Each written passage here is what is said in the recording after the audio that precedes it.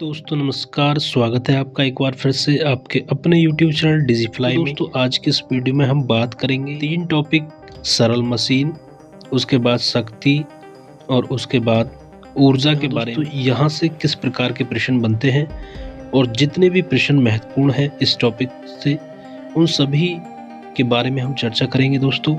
और मैं गारंटी देता हूँ दोस्तों, जितने भी प्रश्न यहाँ से एग्ज़ाम में बनते हैं उन सभी को हम यहाँ पे दोस्तों कवर कर लेंगे। आप चाहे कोई भी एग्ज़ाम दे रहे हो, गवर्नमेंट एग्ज़ाम, उन सभी के लिए यह वीडियो बहुत ही महत्वपूर्ण होने वाली है दोस्तों। तो दोस्तों वीडियो में आगे बढ़ने से पहले यदि आप चैनल पर नए हैं तो प्लीज़ चैनल को सब्सक्राइब कर लें और वीडियो पसंद आए तो वीडियो को लाइक से ज़रूर करें। अपने दोस्तों तक जो भी तैयारी कर रहे हैं गवर्नमेंट एग्ज़ाम की, आने वाले गवर्नमेंट एग्ज़ाम जैसे यूपी लेखपाल हुआ, यूपी एसआई हुआ, या टीचर का कोई भी एग्ज़ाम जैसे यूपी सुपरटेट हुआ, या रेलवे का एग्ज़ाम जैसे ग्रुप डी हुआ, उन सभी के लिए दोस्तों यह वीडियो बहुत ही महत्वपूर्ण होने वाली है। तो चलिए दोस्तों बिना वक्त गवाए वीडियो को शुरू करते हैं। क्या है सरल मशीन, जानेंगे सरल मशीन क्या होती है। सरल मशीन एक ऐसी युक्ति है जिसमें किसी सुविधाजनक बिंदु पर बल लगाकर किसी अन्य बिंदु पर रखे हुए भार को उठाया जाता है। तो दोस्तों कहने का मतलब ये है कि जो मशीन हमारे कार्य को, किसी भी कार्य को सरल बना दे, उसे ही साधारण भाषा में सरल मशीन या साधारण मशीन कहते हैं। कहने का मतलब इसमें समझते हैं, यदि परिभाषा देखें कि एक ऐसी युक्ति है जो किसी सुविधाजनक बिंदु पर बल लगाकर किसी अन्य बिंदु पर रखे हुए भार को उठाया जा सकता है। यह बल आघूर्ण के सिद्धांत पर कार्य करती है। तो सबसे पहला जो प्रश्न यहाँ पे बनेगा कि जो सरल मशीन होती है वो किसके सिद्धांत पर कार्य करती है, तो बल आघूर्ण के सिद्धांत पर कार्य करती है। ये आपको ध्यान रखना है, परीक्षा में कई बार ये पूछा गया दोस्तों। तो दोस्तों इसी तरीके से हम आगे पढ़ेंगे चीज़ों को और समझते चलेंगे कि कैसे प्रश्न और कहाँ से प्रश्न बनते हैं। उन सभी को हम दोस्तों अच्छे से करते चलेंगे दोस्तों। और मैं आपको गारंटी दे रहा हूँ, एक बार जब हम इस वीडियो को कंप्लीट कर लेंगे दोस्तों तो आपको दोबारा से सरल मशीन पढ़ने की ज़रूरत नहीं पड़ेगी। बहुत ही कम समय में दोस्तों सभी प्रश्नों को हम यहाँ से कवर कर लेंगे दोस्तों। और ये वीडियोस दोस्तों बनाई ही इसलिए जा रही हैं कि बहुत कम समय में एक अच्छी और बेहतर तैयारी हो सके हैंड रिटन नोट्स के माध्यम से। चलिए अब यहाँ पे यह तो पता चल गया कि जो सरल मशीन होती है एक ऐसी युक्ति है जो किसी काम को आसान कर दे, ठीक है, और आसान कर दे, और यहाँ पे ये बल आघूर्ण के सिद्धांत पर कार्य करती है। ठीक है, अब जान लेते हैं यहाँ पे बल आघूर्ण क्या होता है।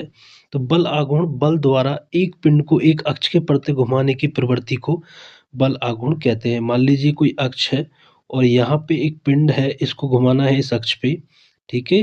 तो जो ये बल जो लग रहा है एक अक्ष पे घुमाने की जो प्रवृत्ति होती है उसे ही बल आघूर्ण कहते हैं। और बल आघूर्ण बराबर जो होता है वो बल आघूर्ण बल गुणा बल आघूर्ण भुजा, मतलब आघूर्ण भुजा का जो गुणनफल होता है वो बल आघूर्ण कहलाता है। बल आघूर्ण की यदि हम बात करें तो एक सदिश राशि होती है। कैसी राशि होती है? सदिश राशि होती है। और इसका मात्रक की यदि हम बात करें तो न्यूटन मीटर होता है। तो ये प्रश्न हुआ कि बल आघूर्ण कैसी राशि है? सदिश राशि है। मात्रक क्या है इसका? न्यूटन मीटर हुआ। तो ये प्रश्न यहाँ से तैयार हो गए हमारे 3 प्रश्न। तो चलिए अब हम समझते हैं जो सरल मशीन होती हैं वो कौन सी होती हैं, उनके उदाहरण के तौर पर उनको समझते हैं। तो जो सरल मशीन होती हैं आपकी, जैसे घिरनी हुआ, घिरनी, आनत तल हुआ, उत्तोलक हुआ जिसको लीवर बोलते हैं, या स्क्रू जैक हुआ, ये जितनी भी होती हैं दोस्तों सरल मशीनों के उदाहरण हैं। अब यहाँ पे हम उत्तोलक को जानते हैं, क्या होता है? लीवर, जिसको इंग्लिश में क्या कहते हैं? लीवर। उत्तोलक एक सीधी या टेढ़ी दृढ़ छड़ होती है जो किसी निश्चित बिंदु के चारों ओर स्वतंत्रता पूर्वक घूम सकती है। उत्तोलक में 3 बिंदु होते हैं, पहला आलम्ब, आयास और भार। ये 3 बिंदु होते हैं, इनको अच्छे से समझते हैं दोस्तों। आपने दोस्तों लीवर देखा होगा किसी भी चीज़ को, जैसे कि आप जैसे घिरनी हुई, आपने कभी जो कुएँ से, जो पुराने कुएँ होते थे उनसे जल निकालते थे तो उसमें एक घिरनी लगी हुई होती थी।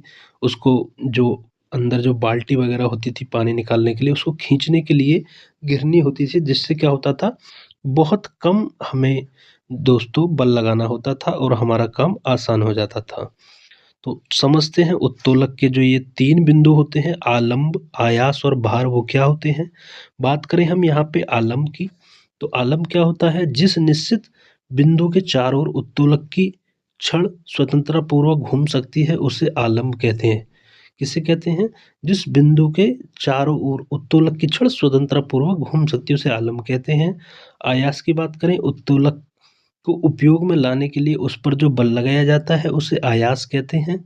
ठीक है, एफोर्ट लगाया जाता है उसे आयास कहते हैं। भार की यदि बात करें तो उत्तोलक के द्वारा मतलब लीवर के द्वारा जो बोझ उठाया जाता है अथवा रुकावट हटाई जाती है उसे भार कहते हैं। अब यहाँ पे जो उत्तोलक होते हैं वो 3 प्रकार के होते हैं, प्रथम श्रेणी का उत्तोलक, द्वितीय श्रेणी का उत्तोलक और तृतीय श्रेणी का उत्तोलक। चलिए इनको एक एक करके समझते हैं दोस्तों, और चित्र के माध्यम से हम समझते हैं, और यहाँ से जो प्रश्न बनते हैं उनके बारे में भी हम बात करेंगे दोस्तों।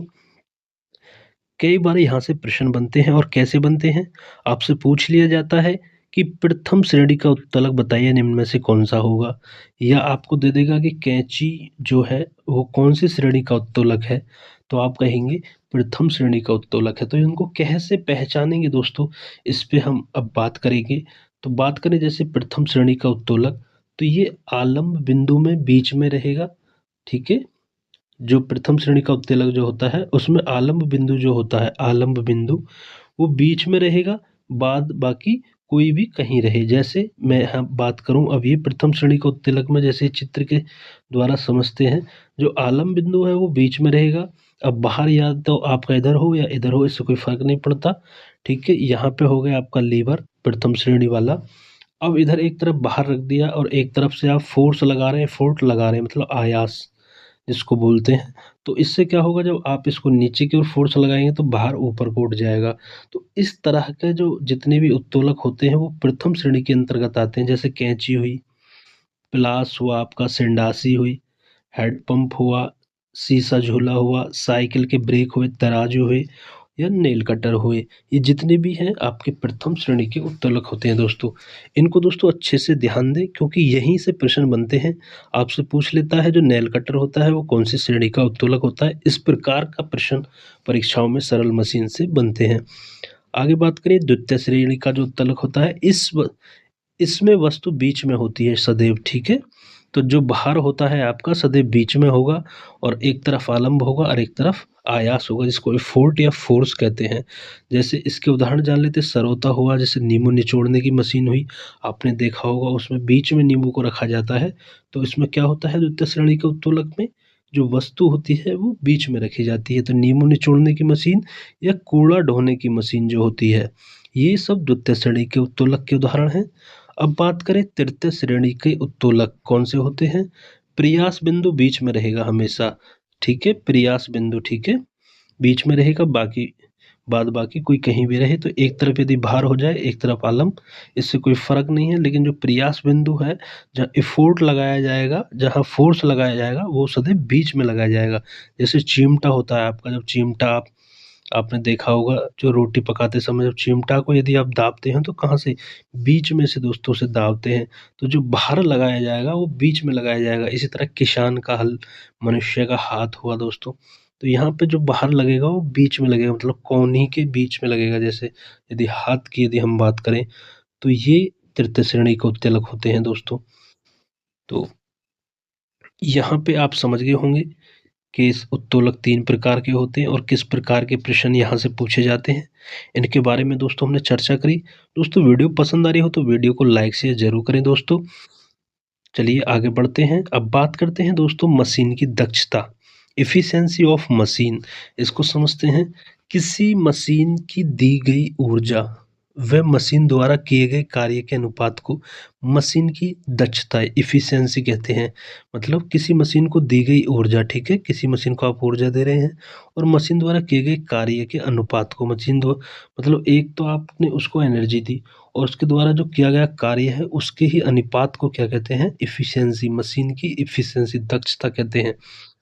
बात करें यहाँ पे मशीन की दक्षता प्रतिशत में क्या होती है, वेग में परिवर्तन बटे समांतराल इंटू 100 होती है। ठीक है, चलिए अब दोस्तों वीडियो पसंद आ रही है तो वीडियो को लाइक शेयर जरूर करते रहें दोस्तों। चलिए अब बात करते हैं दोस्तों शक्ति, पावर के बारे में। क्या होती है शक्ति? तो कार्य करने की दर को क्या कहते हैं? शक्ति। पहला प्रश्न दोस्तों यहीं से तैयार हो जाता है। आपसे एग्ज़ाम में पूछेगा कि कार्य करने की जो दर होती है दोस्तों, ये यहाँ पे वर्ड याद रखना है कि कार्य करने की दर जो होती है उसको ही शक्ति कहते हैं, ठीक है? यदि कोई व्यक्ति T समय में W कार्य करता है तो उस व्यक्ति की शक्ति का मान क्या होगा? शक्ति बराबर होगा कार्य बटे समय। P बराबर W/T से बोलते हैं, ठीक है? W का मात्रक होगा जूल और समय का T का सेकंड। जूल बटे सेकंड जो कि बराबर होता है 10⁻7 अर्ग प्रति सेकंड, ठीक है? ध्यान रखना है यहाँ पे। और शक्ति की यदि हम बात करें तो एक अदिश राशि होती है और इसका SI मात्रक वाट होता है, ठीक है? अब यहाँ पे जो जरूरी बातें हैं जो हमें याद रखनी है उनको भी देख लेते हैं एक बार, जो कि एग्जाम में बार बार पूछी गई हैं और बार बार एग्जाम में यहाँ से प्रश्न बनते हैं। जैसे 1 वाट सेकंड में 1 जूल होता है, 1 वाट घंटा में 3600 जूल होते हैं, ठीक है? एक अश्व शक्ति 746 वाट होते हैं और 1 किलोवाट में 1000 वाट होते हैं और 1 मेगावाट में 10⁻6 वाट होते हैं और 1 किलोवाट में 1.34 हॉर्स पावर होती है दोस्तों। तो ये जितने भी हैं दोस्तों इनको आप अच्छे से तैयार कर लें। दोस्तों बहुत ही कम टाइम में हम बहुत चीज़ों को यहाँ पे कवर करा रहे हैं दोस्तों। तो एक-एक चीज़ को आप अच्छे से नोट्स करें दोस्तों। यहाँ पे जितना हो सकेगा हम उसको समझा रहे हैं और आपको करना क्या है दोस्तों, अपने नोट्स बना लेने हैं इसी तरीके से दोस्तों, क्योंकि हम आपके लिए इतनी मेहनत कर रहे हैं, तो थोड़ी बहुत मेहनत आपको भी करनी पड़ेगी दोस्तों। और मेरा वादा है आप यहाँ से जब दोस्तों फिजिक्स आप पढ़ लेंगे पूरा, एक तरफ से शॉर्ट हैंड के रिटन नोट्स हैं हमारे, उनको आप एक और दोस्तों अच्छे से कर लेंगे मेरे साथ, तो यहाँ दोबारा आपको फिजिक्स पढ़ने की ज़रूरत ही नहीं पड़ेगी, क्योंकि ये जितने भी हम नोट्स तैयार कर रहे हैं वो वनडे एग्ज़ाम की दृष्टि से ये नोट्स हमने तैयार किए हैं दोस्तों। चलिए आगे देखते हैं अब। अश्व शक्ति क्या होती है इसको बारे में जान लेते हैं। हॉर्स पावर क्या होती है? किसी मशीन द्वारा स्थानांतरित की गई गति को हॉर्स पावर या अश्व शक्ति के रूप में व्यक्त करते हैं। 1 जूल प्रति सेकंड की ऊर्जा खपत को वाट कहा जाता है। क्या कहा जाता है? वाट कहा जाता है। चलिए अब बात करेंगे एनर्जी, ऊर्जा क्या होती है? तो किसी वस्तु की कार्य करने की क्षमता, ठीक है? अब यहाँ पे किसी वस्तु के कार्य करने की दर क्या होगी? वो होती है शक्ति, और कार्य करने की क्षमता की यदि बात करें तो वो होती है एनर्जी, ऊर्जा। तो यही 2 वर्ड आपको याद रखने हैं। जहाँ दर की बात आए, कार्य करने की दर आपकी शक्ति होती है और कार्य करने की क्षमता वो एनर्जी कहलाती है। बस एक वर्ड का ही अंतर है परिभाषाओं में, ठीक है? उस वस्तु की ऊर्जा होती है, कहते हैं उसको, किसी वस्तु के कार्य करने की क्षमता को। ऊर्जा एक अदिश राशि होती है, ठीक है? मात्रक की यदि हम बात करें, पूछे जाते हैं CGS पद्धति में ऊर्जा का मात्रक क्या होता है बताइए, तो अर्ग होता है आप कहेंगे। और MKS व SI पद्धति में ऊर्जा का मात्रक बताइए, तो वो क्या होता है? जूल होता है। दोनों प्रश्न ये यहाँ से एग्जाम में बनते हैं, इस पर आपको ध्यान देना है। और क्षमता जो होती है वो ऊर्जा होती है, ये भी प्रश्न परीक्षाओं में बनता है। चलिए, कार्य द्वारा प्राप्त ऊर्जा यांत्रिक ऊर्जा कहलाती है, जो 2 प्रकार की होती है, ठीक है? जो कार्य द्वारा, जो कार्य करके जो ऊर्जा प्राप्त होती है वो यांत्रिक ऊर्जा कहलाती है, और जो कि 2 प्रकार की होती है। कौन-कौन सी? पहली होती है गतिज ऊर्जा, जिसको काइनेटिक एनर्जी आप बोलते हैं, और दूसरी होती है स्थितिज ऊर्जा, जिसको पोटेंशियल एनर्जी आप बोलते हैं, ठीक है? यांत्रिक ऊर्जा के प्रकार हैं ये, इनको दोनों को अच्छे से देखना है। चलिए आगे बढ़ते हैं, इनके बारे में अच्छे से पढ़ते हैं एक बार, और कैसे प्रश्न यहाँ से बनते हैं उनको भी समझते हैं। गतिज ऊर्जा के बारे में यदि हम बात करें, काइनेटिक एनर्जी क्या होती है? किसी वस्तु में उसकी गति के कारण कार्य करने की जो क्षमता होती है उसे उस वस्तु की गतिज ऊर्जा कहते हैं। इसको K से प्रदर्शित करते हैं। और गतिज ऊर्जा मतलब K बराबर जो होता है 1/2 mv square equal to P²/2mb होता है। तो ये ही दोस्तों, ये आपको यहाँ पे ध्यान देना है इस फॉर्मूले के ऊपर, ये परीक्षाओं में पूछा जाता है। अब यहाँ पे बात करें, m जो 2 होता है द्रव्यमान, v वेग होता है तथा p संवेग होता है, ठीक है? वायु की गतिज ऊर्जा पवन चक्की को चलाने के काम आती है। गतिज ऊर्जा के कारण ही बंदूक की गोली लक्ष्य में धस जाती है, ठीक है, गतिज ऊर्जा के कारण। तो ये इसके जो है अनुप्रयोग हैं, इनको भी आप देखना। चलिए अब बात करते हैं स्थितिज ऊर्जा, पोटेंशियल एनर्जी क्या होती है, इसके बारे में बात करते हैं। स्थितिज ऊर्जा किसी वस्तु में उसकी विशेष स्थिति के कारण कार्य करने की क्षमता उसकी स्थितिज ऊर्जा कहलाती है। जैसे तनी हुई स्प्रिंग या कमाने की ऊर्जा तथा घड़ी की चाबी में संचित ऊर्जा। तो यहाँ से कैसे प्रश्न बनते हैं, आपसे प्रश्न बनेगा कि घड़ी की चाबी में संचित ऊर्जा जो होती है वो कैसी ऊर्जा होती है, स्थितिज ऊर्जा होती है। इसी तरह तनी हुई स्प्रिंग में कैसी ऊर्जा होती है, आप कहेंगे सर स्थितिज ऊर्जा होती है। तो ये प्रश्न एग्जाम में पूछे गए हैं, ठीक है। कमाने की जो ऊर्जा होती है वो कैसी होती है, स्थितिज ऊर्जा, पोटेंशियल एनर्जी होती है। तो ये 3 प्रश्न यहाँ से बनते हैं, इनको आपको ध्यान से देखना है। आगे बात करें गुरुत्व बल के विरुद्ध संचित स्थितिज ऊर्जा का जो व्यंजक होता है वो बताइए क्या होता है। तो पोटेंशियल एनर्जी PE = mgh होता है, ठीक है। अब बात करें यहाँ पे ऊर्जा संरक्षण का नियम, law of conservation of energy, very very important है यहाँ। ऊर्जा संरक्षण का नियम क्या कहता है दोस्तों कि ऊर्जा न तो उत्पन्न की जा सकती है और न ही नष्ट की जा सकती है, ठीक है। ऊर्जा को केवल एक रूप से दूसरे रूप में स्थानांतरित किया जा सकता है। जितनी ऊर्जा लुप्त होती है उतनी ही ऊर्जा अन्य रूपों में प्रकट होती है। तो ये है दोस्तों ऊर्जा संरक्षण का नियम कि न तो ऊर्जा को उत्पन्न किया जा सकता है और न ही नष्ट, केवल एक रूप से दूसरे रूप में परिवर्तित किया जा सकता है। अब यहाँ पे देखते हैं द्रव्यमान ऊर्जा तुल्यता क्या होती है। द्रव्यमान ऊर्जा तुल्यता, इस सिद्धांत के अनुसार यदि किसी वस्तु में कुछ द्रव्यमान है तो उसमें उसके तुल्य एक ऊर्जा होती है, और यदि उसमें कुछ ऊर्जा है तो उसके तुल्य एक द्रव्यमान होता है। तो आइंस्टीन ने द्रव्यमान तथा ऊर्जा के मध्य एक संबंध स्थापित किया, जिसे E = mc², जहाँ c प्रकाश का वेग होता है। E = mc² में द्रव्यमान संरक्षण तथा ऊर्जा संरक्षण का एकीकरण हो जाता है, ठीक है। चलिए आगे बढ़ते हैं। अब यहाँ पे देखते हैं दोस्तों ऊर्जा रूपांतरित करने वाले उपकरण के बारे में। यहाँ से कई बार प्रश्न बनते हैं और बार बार पूछे जाते हैं। जैसे आपसे पूछ लेगा एक तरफ उपकरण है और एक तरफ ऊर्जा का रूपांतरण है कि जो डायनामो होता है वो किस ऊर्जा को किस में परिवर्तित करता है। तो आप कहेंगे यांत्रिक ऊर्जा को विद्युत ऊर्जा में परिवर्तित करता है डायनामो। विद्युत मोटर उल्टा करती है इसके, विद्युत ऊर्जा को यांत्रिक ऊर्जा में। और माइक्रोफोन क्या करता है, ध्वनि ऊर्जा को विद्युत ऊर्जा में। इसी तरह लाउड स्पीकर हुआ विद्युत ऊर्जा को ध्वनि ऊर्जा में। इसी तरह विद्युत बल्ब, सोलर सेल, मोमबत्ती, विद्युत हीटर, ये सब जितनी भी हैं दोस्तों इसको अच्छे से पढ़ना है। ये जो टेबल है एक बार स्क्रीनशॉट ले लें आप और अच्छे से इसको तैयार करें, क्योंकि यहाँ से प्रश्न पूछे जाते ही जाते हैं दोस्तों ये थे आज के वीडियो में जितने भी महत्वपूर्ण प्रश्न थे सरल मशीन से, शक्ति से और ऊर्जा से संबंधित। यहीं से प्रश्न आपको देखने को मिल जाएंगे परीक्षा में, इससे ज़्यादा आपको पढ़ने की जरूरत नहीं है दोस्तों। तो आज की वीडियो में इतना ही दोस्तों। वीडियो पसंद आई हो तो वीडियो को लाइक शेयर जरूर करें दोस्तों। मिलते हैं अगली वीडियो में, तब तक के लिए जय हिंद जय भारत। दोस्तों चैनल पर नए हैं तो प्लीज़ चैनल को सब्सक्राइब जरूर कर लें।